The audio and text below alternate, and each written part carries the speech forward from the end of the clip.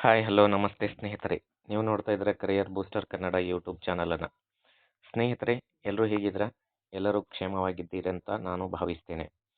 ಸ್ನೇಹಿತರೆ, ಯಾರೆಲ್ಲ ಈ ಚಾನಲ್ಗೆ ಹೊಸದಾಗಿ ಬಂದಿದ್ದೀರಾ ತಾವೆಲ್ಲರೂ ಕೂಡ ಸಬ್ಸ್ಕ್ರೈಬ್ ಮಾಡೋದನ್ನು ಮರಿಬೇಡಿ.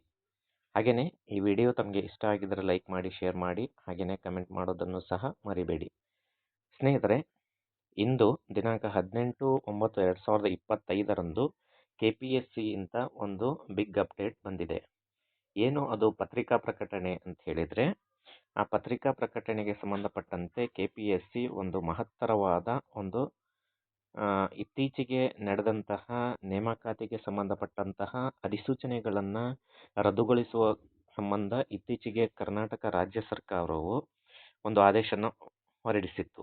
ಆ ಆದೇಶಕ್ಕೆ ಸಂಬಂಧಪಟ್ಟಂತೆ ಒಂದು ಫ್ರೆಶ್ ಅಪ್ಡೇಟ್ ಅಂತಲೇ ಇದನ್ನು ಹೇಳ್ಬೋದು. KPSCಯು ಇಂದು ಪತ್ರಿಕಾ ಪ್ರಕಟಣೆಯನ್ನು ಹೊರಡಿಸಿದೆ. ಆ ಪತ್ರಿಕಾ ಪ್ರಕಟಣೆಯಲ್ಲಿ ಏನಿದೆ ಅಂತಕ್ಕಂಥ ಸವಿವರವಾದ ವಿವರವನ್ನು ನಾವಿಲ್ಲಿ ನೋಡ್ತಾ ಹೋಗೋಣ. ಸ್ನೇಹಿತರೆ, ತಾವೆಲ್ಲರೂ ಕೂಡ ಈ ವಿಡಿಯೋವನ್ನು ಮಿಸ್ ಮಾಡದೆ ಕೊನೆ ತನಕ ನೋಡಿದರೆ ತಮಗೆ ಅರ್ಥ ಆಗುತ್ತೆ. ಯಾರೂ ಕೂಡ ಸ್ಕಿಪ್ ಮಾಡದೆ ನೋಡಿ.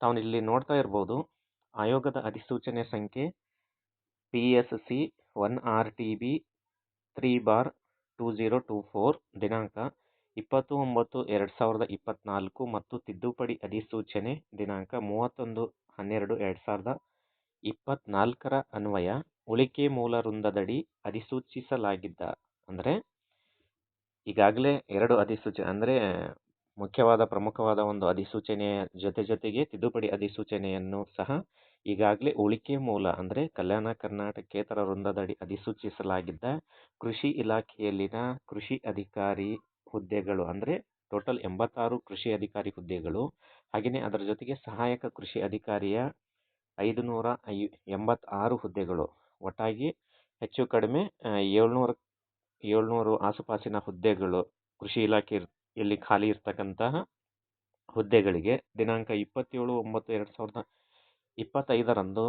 ಕನ್ನಡ ಭಾಷಾ ಪರೀಕ್ಷೆಯನ್ನು ಮತ್ತು ದಿನಾಂಕ 28/9/2025 ಹಾಗೂ 5/10/2025 ಸ್ಪರ್ಧಾತ್ಮಕ ಪರೀಕ್ಷೆಯನ್ನು ಈಗಾಗಲೇ ನಿಗದಿಪಡಿಸಲಾಗಿರುತ್ತೆ ಸ್ನೇಹಿತರೆ. ಅಂದರೆ ಕೃಷಿ ಇಲಾಖೆಯಲ್ಲಿ ಖಾಲಿ ಇರತಕ್ಕಂತಹ ಸಹಾಯಕ ಕೃಷಿ ಅಧಿಕಾರಿ ಮತ್ತು ಕೃಷಿ ಅಧಿಕಾರಿಯ ಒಟ್ಟು 600ಕ್ಕೂ ಹೆಚ್ಚು ಹುದ್ದೆಗಳಿಗೆ ಸಂಬಂಧಪಟ್ಟಂತಹ ನೋಟಿಫಿಕೇಶನನ್ನು ಈಗಾಗಲೇ 2024ರಲ್ಲಿ ಹೊರಡಿಸಲಾಗಿತ್ತು ಸ್ನೇಹಿತರೆ. ಈ ಅಧಿಸೂಚನೆಗೆ ಸಂಬಂಧಪಟ್ಟಂತೆ ಈಗಾಗಲೇ ತಯಾರಿ ನಡೆದಿದ್ದು, ದಿನಾಂಕ 27/9/2025 ಕನ್ನಡ ಕಡ್ಡಾಯ ಪರೀಕ್ಷೆಯನ್ನು, ಹಾಗೆಯೇ 28/9 ಹಾಗೂ 5/10/2025 ಸ್ಪರ್ಧಾತ್ಮಕ ಪರೀಕ್ಷೆ ಅಂದರೆ CET ಪರೀಕ್ಷೆಯನ್ನು ಈಗಾಗಲೇ ನಿಗದಿಪಡಿಸಲಾಗಿರುತ್ತೆ ಸ್ನೇಹಿತರೆ. ಇದಕ್ಕೆ ಸಂಬಂಧಪಟ್ಟಂತಹ ಅಪ್ಡೇಟು ಮೊದಲನೇ ಪ್ಯಾರಾದಲ್ಲಿದೆ. ಹಾಗೆಯೇ ಎರಡನೇ ಪ್ಯಾರಾದಲ್ಲಿ ಸರ್ಕಾರದ ಸುತ್ತೋಲೆ ಸಂಖ್ಯೆ ಸೋ ದಿನಾಂಕ 4/9/2025 ಹೊರಡಿಸಿರುವ ಸುತ್ತೋಲೆಯಲ್ಲಿ, ಅಂದರೆ ಇತ್ತೀಚೆಗೆ ರೀಸೆಂಟಾಗಿ ಏನು ಒಳ ಮೀಸಲಾತಿಗೆ ಸಂಬಂಧಪಟ್ಟಂತೆ ರಾಜ್ಯ ಸರ್ಕಾರ ಒಂದು ಅಧಿಸೂಚನೆಯನ್ನು ಹೊರಡಿಸಿರುತ್ತೆ, ಅದರ ನಂತರದ ಒಂದು ಅಧಿಸೂಚನೆ ಅಥವಾ ಆದೇಶ ಸುತ್ತೋಲೆ ಇದಾಗಿರುತ್ತೆ ಸ್ನೇಹಿತರೆ.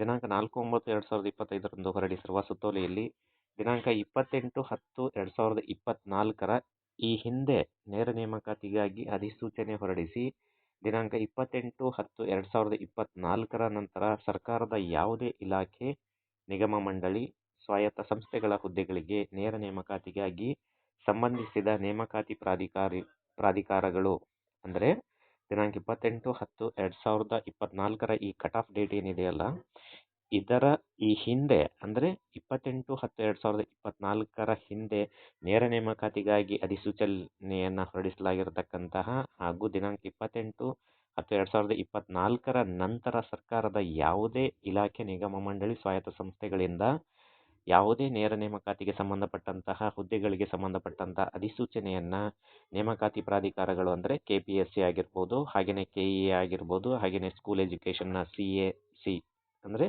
CSL ಆಗಿರ್ಬೋದು, ಇಂತಹ ಯಾವುದೇ ನೇಮಕಾತಿ ಪ್ರಾಧಿಕಾರಗಳು ಹಾಗೂ ಪರೀಕ್ಷಾ ಪ್ರಾಧಿಕಾರಗಳು ಯಾವುದಾದರೂ ತಿದ್ದುಪಡಿ ಅಧಿಸೂಚನೆಗಳನ್ನು ಹೊರಡಿಸಿದ್ದರೂ ಸಹ ಅಂತಹ ಎಲ್ಲ ನೇಮಕಾತಿ ಅಧಿಸೂಚನೆಗಳನ್ನು ಸಹ ರದ್ದುಗೊಳಿಸಿ ಪರಿಶಿಷ್ಟ ಜಾತಿ ಒಳ ಮೀಸಲಾತಿಯನ್ನು ಅಳವಡಿಸಿಕೊಂಡು ಹೊಸದಾಗಿ ನೇಮಕಾತಿ ಅಧಿಸೂಚನೆಗಳನ್ನು ಹೊರಡಿಸಬೇಕೆಂದು ಈಗಾಗಲೇ ಸೂಚಿಸಲಾಗಿರುತ್ತೆ.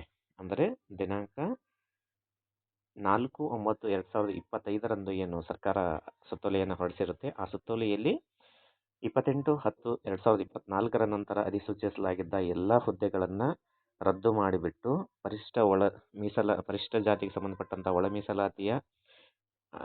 ಮೀಸಲಾತಿಯನ್ನು ಅಳವಡಿಸಿಕೊಂಡು ಹೊಸದಾಗಿ ನೇಮಕಾತಿ ಅಧಿಸೂಚನೆಗಳನ್ನು ಹೊರಡಿಸಬೇಕೆಂದು ಕಟಾಜ್ಞೆಯ ಸೂಚನೆಯನ್ನು ನೀಡಲಾಗಿರುತ್ತದೆ.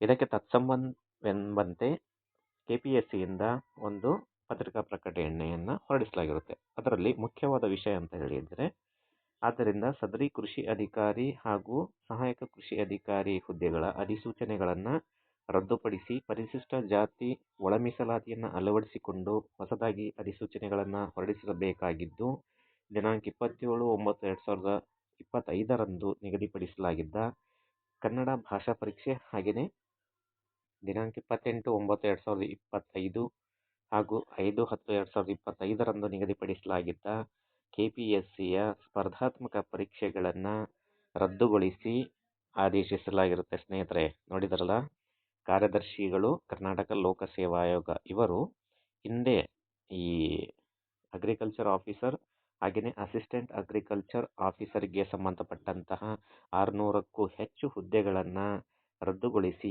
ಆದೇಶಿಸಿರುತ್ತಾರೆ. ಅಂದರೆ ಇದರ ಅರ್ಥ ಏನು? 28/10/2024 ನಂತರ ಹೊರಡಿಸಿರ್ತಕ್ಕಂತಹ ಎಲ್ಲ ಅಧಿಸೂಚನೆಗಳಿಗೂ ಸಹ ಇದು ಅನ್ವಯಿಸುತ್ತದೆ ಅಂತ ಹೇಳಿದರೆ, ಇತ್ತೀಚೆಗೆ ಅಂದರೆ 28 ಅಕ್ಟೋಬರ್ 2024 ನಂತರ ಅಧಿಸೂಚಿಸಲಾಗಿದ್ದ ಯಾವುದೇ ನೇಮಕಾತಿಗೆ ಸಂಬಂಧಪಟ್ಟಂತಹ ಅಧಿಸೂಚನೆ ಆಗಿರ್ಬೋದು ಸ್ನೇಹಿತರೆ, SDA ಆಗಿರ್ಬೋದು, ಹಾಗೆಯೇ FDA ಆಗಿರ್ಬೋದು, ಹಾಗೆಯೇ PC ಮತ್ತು PSI, ಹಾಗೆಯೇ KS, ಗ್ರೂಪ್ C, ಈ ಥರ ಯಾವುದೇ ಹುದ್ದೆಗಳು ಕಾಲ್ ಆಗಿದ್ರೂ ಕೂಡ ಆ ಎಲ್ಲ ಅಧಿಸೂಚನೆಗಳನ್ನು ರದ್ದುಪಡಿಸುವ ನಿಚ್ಚಳವಾದ ಸಾಧ್ಯತೆ ಇರುತ್ತೆ ಸ್ನೇಹಿತರೆ. ಹಾಗಾಗಿ ತಾವು ತಡ ಮಾಡದೆ ಈಗಿನಿಂದಲೇ ಅಧ್ಯಯನವನ್ನು ಪ್ರಾರಂಭಿಸಿ ತಾವು ಸತತ ಪರಿಶ್ರಮ ಪಟ್ಟಿದ್ದೇ ಆದರೆ ಈ ವರ್ಷ ತಾವು ಒಂದು ಸರ್ಕಾರಿ ಹುದ್ದೆಯನ್ನು ಗಿಟ್ಟಿಸಿಕೊಳ್ಳುವುದರಲ್ಲಿ ಯಾವುದೇ ಅನುಮಾನವಿಲ್ಲ ಸ್ನೇಹಿತರೆ. ನೋಡಿದ್ರಲ್ಲ, ಇದಾಗಿತ್ತು ಇಂದಿನ ಬಿಗ್ ಅಪ್ಡೇಟ್. ನಿರಂತರ ಎಜುಕೇಷನ್ ಅಪ್ಡೇಟ್ಸ್ಗಾಗಿ ನೋಡ್ತಾ ಇರಿ ಕರಿಯರ್ ಬೂಸ್ಟರ್ ಕನ್ನಡ ಯೂಟ್ಯೂಬ್ ಚಾನಲನ್ನು. ಸ್ನೇಹಿತರೆ, ತಮಗೆ ಈ ವಿಡಿಯೋ ಇಷ್ಟ ಆಗಿದ್ದರೆ ಲೈಕ್ ಮಾಡಿ, ಶೇರ್ ಮಾಡಿ, ಹಾಗೆಯೇ ಕಮೆಂಟ್ ಮಾಡೋದನ್ನು ಮರಿಬೇಡಿ. ಹಾಗೆಯೇ ತಮ್ಮೆಲ್ಲ ಉದ್ಯೋಗ ಆಕಾಂಕ್ಷಿ ಮಿತ್ರರಿಗೆ ಈ ವಿಡಿಯೋವನ್ನು ಶೇರ್ ಮಾಡಿ. ಧನ್ಯವಾದಗಳು ಸ್ನೇಹಿತರೆ.